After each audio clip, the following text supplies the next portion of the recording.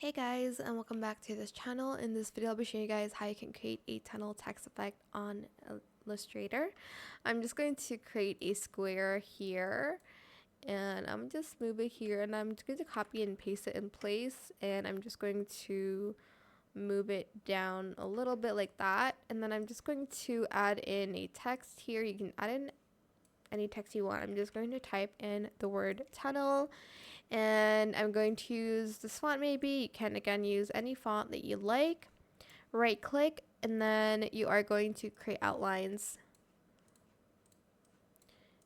Oh my god, hello. I'm just going to copy and paste that here, and I'm going to kind of align them like that. Maybe that is a little bit too far. And then I'm just going to align them again using this. Select both object path, and then you're going to select you're going to select blend options, and then specified steps. Maybe make it first actually, and then go back to specified steps here to maybe 3. Kind of look at it if it's too far out. Let's do like 4. What about 5? Okay, let's do 5. Then you're going to select this again, object, and then expand, and then make. You can add a gradient if you'd like to. I'm just going to leave it like this. Then I'm just going to place it on the template here, and I'm just going to do that to it. It's very like squished together. Maybe you need to make the square a little bit bigger.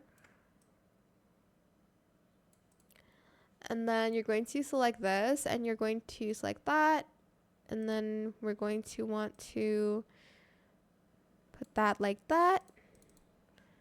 And then I'm just going to copy and paste it, and I'm just going to honestly just rotate it one by one here, and then again here, rotate it this way.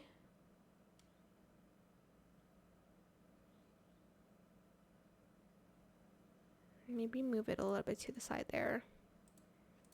And then again, you can just like right click, transform, and reflect.